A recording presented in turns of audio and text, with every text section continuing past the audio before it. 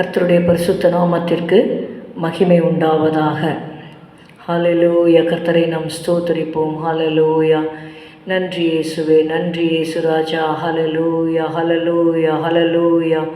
இயேசுவே, உம்முடைய பரிசுத்த இரத்தத்தால் எங்களுடைய ஆவி, ஆத்மா, சரீரத்தை கழுவும், எங்களை பரிசுத்தப்படுத்தும். கர்த்தரை நம்பியே ஜீவிப்போம் என்ற பாடலை நாம் பாடுவோம்.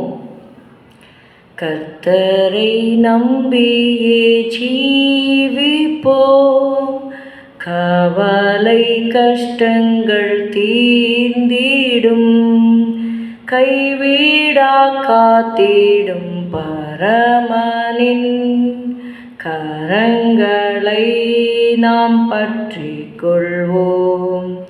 உண்மை வழி நடந்திடும் உத்தமனுக்கென்றும் கர்த்தர் துணை.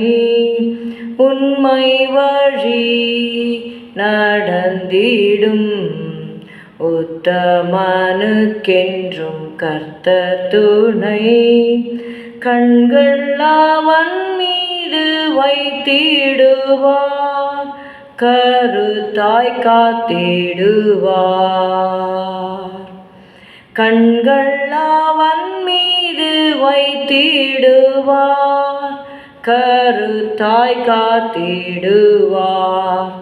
கர்த்தரை நம்பியே ஜீவிப்போம், கவலை கஷ்டங்கள் தீர்ந்திடும், கைவிடா காத்திடும் பரமனின் கரங்களை நாம் பற்றி கொள்வோம். உள்ளமதின் பாரங்களை ஊக்கமாய் கர்த்தரிடம் சொல்லுவோம். உள்ளமதின் பாரங்களை ஊக்கமாய் கர்த்தரிடம் சொல்லுவோம். இக்கட்டு நேரத்தில் கூப்பிடுவோம், இயேசு வந்தாதரிப்பார். இக்கட்டு நேரத்தில் கூப்பிடுவோம், இயேசு வந்தாதரிப்பார்.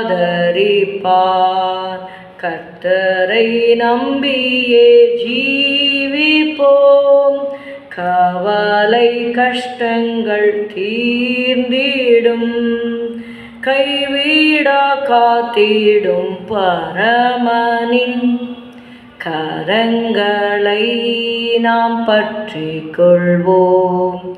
கைவிடா காத்திடும் பரமனின் கரங்களை நாம் பற்றி கொள்வோம்.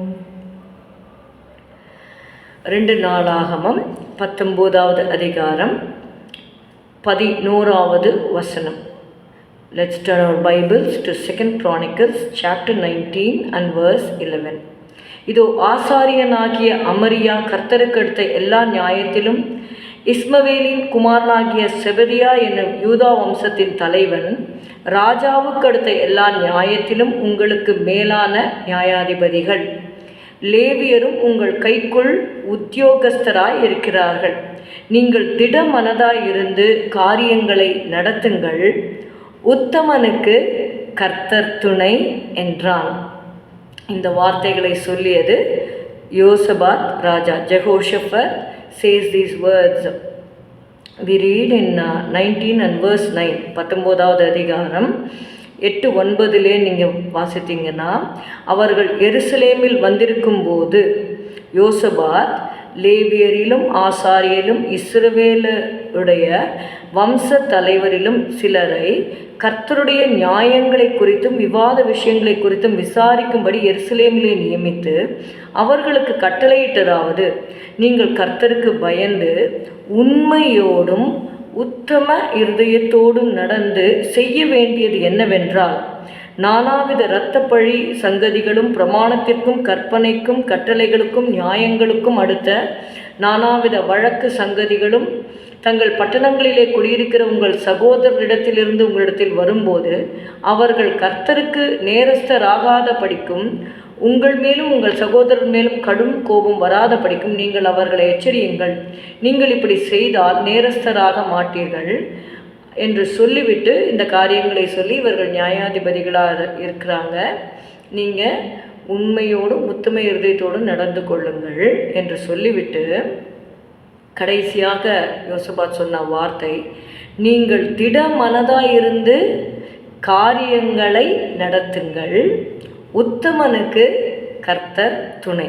நம்ம உத்தம இருதயத்தோடு தேவனை சேவிக்கும் பொழுது, காரியங்களை செய்யும் பொழுது கர்த்தர் நமக்கு துணையாக இருப்பார்.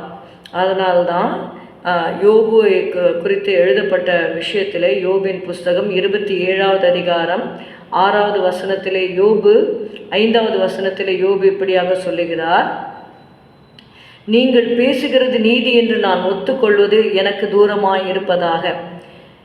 என் ஆவி பிரிய மட்டும் என் உத்தமத்தை என்னை விட்டு விலக்கேன்.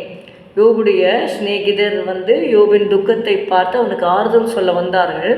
அப்படி ஆறுதல் சொல்லிக்கொண்டே இருக்கும் பொழுதே அவங்களுடைய மனதில் அவங்க நினைக்கிறது, நீங்கள் உண்மையாக இருந்து உத்தமமாக சேவிச்சிருந்தா உங்களுக்கு இந்த கஷ்டம் வந்திருக்குமா? நீங்கள் ஏதாவது கர்த்தருக்கு விரோதமாக செஞ்சுருப்பீங்க, அதனால தான் உங்களுக்கு இது வந்தது என்று சொல்லி சில காரியங்களை அவங்க சொல்லும் பொழுது யோபு சொல்லுகிறார், நீங்கள் பேசுகிறது நீதி என்று நான் ஒத்துக்கொள்வது எனக்கு தூரமாக இருப்பதாக. என் ஆவி பிரிய மட்டும் என் உத்தமத்தை என்னை விட்டு விலக்கேன் என்று யோபு சொல்லுகிறார். யோபுடைய உத்தமத்தை குறித்து அவங்களுடைய ஒய்ஃபும் சாட்சி சொல்கிறாங்க, கர்த்தரும் சொல்லுகிறார், என் தாசனாகிய யோபின் மேல் கவனம் வைத்தாயோ உத்தமனும் என்று. அவங்க ஒய்ஃப் சொல்கிறாங்க, நீங்கள் இன்னும் உம்முடைய உத்தமத்தில் உறுதியாய் நிற்கிறீரோ என்று கேட்கிறார்கள். அப்படியாக யோபு உத்தம குணத்தோடு வாழ்ந்தார் என்று பார்க்கிறோம்.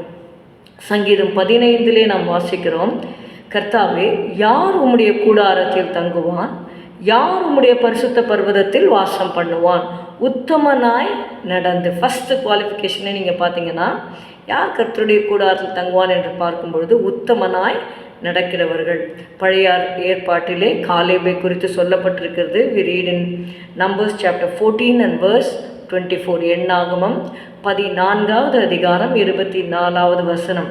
என்னுடைய தாசனாகிய காலேப் வேறே ஆவியை உடையவனாய் இருக்கிறபடியினாலும் உத்தமமாய் என்னை பின்பற்றி வந்தபடியினாலும் அவன் போய் வந்த தேசத்திலே அவனை சேர பண்ணுவேன், அவன் சந்ததியார் அதை சுதந்தரித்து கொள்ளுவார்கள் என்று கர்த்தர் சொல்லுகிறதை நம்ம இங்கே பார்க்கிறோம். அப்படியாக உத்தமமாய் இருக்கிறவர்கள் மேலே கர்த்தர் பிரியமாய் இருக்கிறார் என்று பார்க்கிறோம். அவர்கள் கர்த்தருடைய பர்வதத்திலே வாசம் பண்ணுவார்கள். எல்லாவற்றிற்கும் மேலாக உத்தமனுக்கு கர்த்தர் துணையாக இருப்பார். ஸ்தோத்திரம் அப்பா, உம்மை துதிக்கிறோம் துதிக்கிறோம் துதிக்கிறோம். ஆண்டவரே உத்தமமாய் நடக்க உம்முடைய வழிகளிலே நாங்கள் ஆண்டவரே உற்சாகம் கொள்ள ஆண்டவரே கிருபை தரும்படி நாங்கள் செபிக்கிறோம் அப்பா. ஆண்டவரே காலேபினை உத்தமமாய் பின்பற்றினபடியால் என்று எழுதப்பட்டிருக்கிறது. யோபு சொல்லுகிறார், என் ஆவி பிரியம் மட்டும் என் உத்தமத்தை என்னை விட்டு விலக்கேன் என்று சொல்லுகிறார். அப்படியாக கர்த்தாவை உத்தமமாய் உம்மை பின்பற்ற எங்களுக்கு கிருபை தரும்படி செபிக்கிறோம். இயேசுவின் நாமத்தில் பிதாவே, ஆமேன். எல்லாரும் சேர்ந்து சொல்லுவோம், என் ஆத்துமாவே கர்த்தரை ஸ்தோத்திரி, என் முழு உளமே அவருடைய பரிசுத்த நாமத்தை ஸ்தோத்திரி. என் ஆத்துமாவே கர்த்தரை ஸ்தோத்திரி, கர்த்தர் செய்த சகல உபகாரங்களையும் மறவாதே. Good morning. Have a good day. God bless you.